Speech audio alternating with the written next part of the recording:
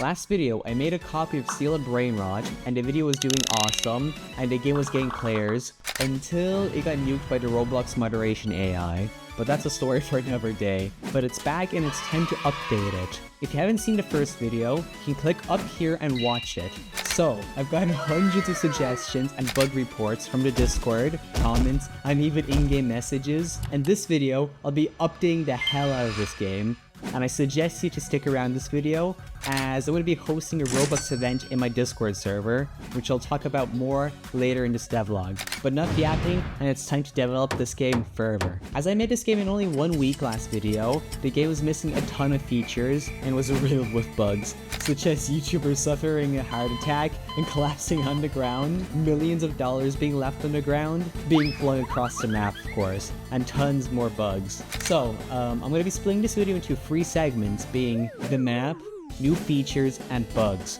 The first thing I changed was in fact the name of the game. I decided to rename it from Steel YouTuber to Steel Content Creator because I missed out on finishing my game, and by the time we uploaded my last video, there was tons of games with the exact same name, and even one of them had 500 concurrent users, which is pretty much impossible for me to compete with. And meanwhile, Steel Content Creator only has 1 game, and to be honest, this game is poorly made. I'm sorry creator, but like, I could do better. And now, it's time to change the map of my game. The old one was really generic, and I wanted to make something more unique and createful. So with this like city-esque vibe with a red carpet in the middle, and arrows showing the direction, and a big Roblox YouTube sign. And yeah, it may not be the greatest, and might be a tad inspired by Pet Simulator, but I like it personally. Last video, I don't know what I was thinking, but for some reason, I finally liked how these NPCs would spawn at random intervals and at random speeds, but just looking back at it now, it just looks ugly to be honest, so I changed it to be all nice and equal. After that, I added 17 new YouTubers,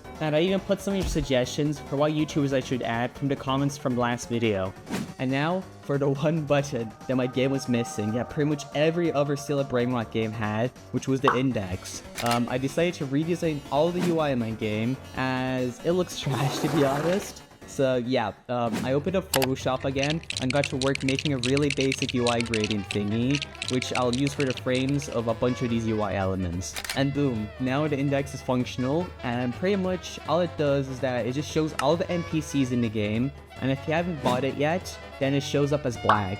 And if you manage to collect every single content creator, then you get 50% income multiplier to your entire base. And because you don't even know what your multiplier even is after this index boost, I added a quick UI near everyone's base that shows their current multiplier. So that includes rebirths, game passes, the index, friend boosts, all that stuff. And now for some actual gameplay improvements. So because I didn't play Steel and Brainrot like at all when I made the first video, I didn't realize they could purchase or steal back NPCs after they had already been purchased by someone else and the NPC was actively moving, so I added that.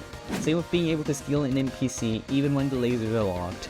Oh yeah, I also made sure you can't access the proximity prompts from outside the base. And with some of the update done, it was time to test it. And of course I got more bugs, such as disappearing into thin air, not being able to move, or like do anything if you touch the part that makes the NPCs disappear. But other than that, it all seemed to be working just fine. So I decided to improve the experience of new players with a basic small tutorial that basically just shows you to buy a common NPC and to collect money, and you get a nice 1,000 money to begin your journey in this game. That's for new players. Longtime players also need new things to grind for, so I added secrets. They're going to be another rarity which will now replace mythics as the most OP content creators, and it's only going to be a 0.1% chance of spawning.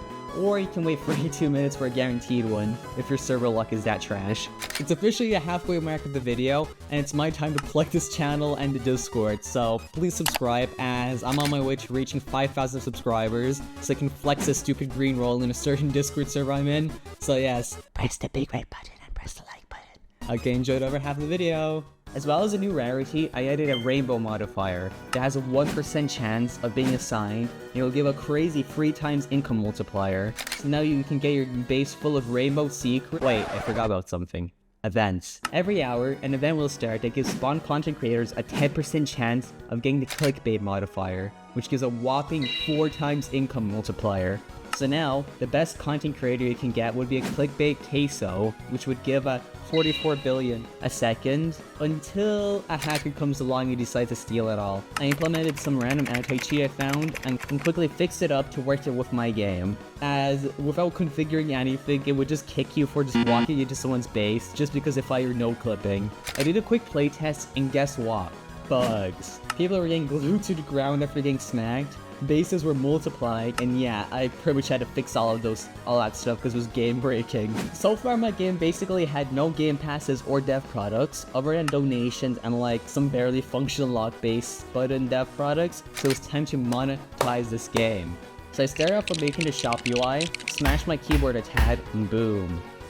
So I'm going to have a couple of game passes, which I guess might be a tattoo OP, such as 2 times money and walk speed, an OP slap glove, and a vault system where you can store 5 NPCs to keep safe from stealing and rebirths. Other than that, we got some of the annoying buttons on the ground that might make you accidentally step on them, like spawn a secret or mythic, 2 times server lock, and 2 times NPC spawn rate. And with like most of the game done, it's time to talk more about the Roblox event I was talking about earlier in this video. So, starting from the release of this video, and for 7 days, I'll be running an event in my Discord server and game, where if you talk to this NPC in the corner of the map, some UI will appear that shows the leaderboard for a point system that this event will be using. So pretty much you'll be able to gain points from basically doing anything in this game, such as purchasing NPCs, rebirthing, selling NPCs, and just staying in the game. So basically just everything you can do in this game. And the prizes for this event are going to be these. So first place is going to win 1,000 Robux and 3 quesos, second place will get 500 Robux and 2 quesos, and third place will get 250 Robux and 1 queso. Also, make sure to join the Discord server and join my Roblox group, as that's when I'll be giving out the Robux to the winners of this event thingy. And also make sure to do it early, as Roblox has some stupid feature where you have to wait like a week before you can like give Robux to players. So yeah, join up. And now it's time to speedrun through the last couple of things to make in my game. So the first thing is going to be leaderboards. So they've been reworked, and I added a steal leader stat and leaderboard so you can flex that you're the most annoying prick in this entire game. I also added a friend boost feature that gives 10% income boost to your base, and I also reworked the money GUI, so now it's way cleaner and also shows the changes. I also disabled the emote wheel so you can't just emote clip through walls. There's also a 0.5 second cooldown thingy, where you can only lock your base after it's been unlocked for exactly 500 milliseconds, which is just to make sure people can't just spam click the lock base button, and actually give people a chance of getting into someone's base. And yeah, that's pretty much the entire update done. After this event finishes, I'll most likely be moving on to other projects that's not still a content creator, so make sure to stick around by subscribing so you get notified for new videos and actually original content. With that over, bye bye.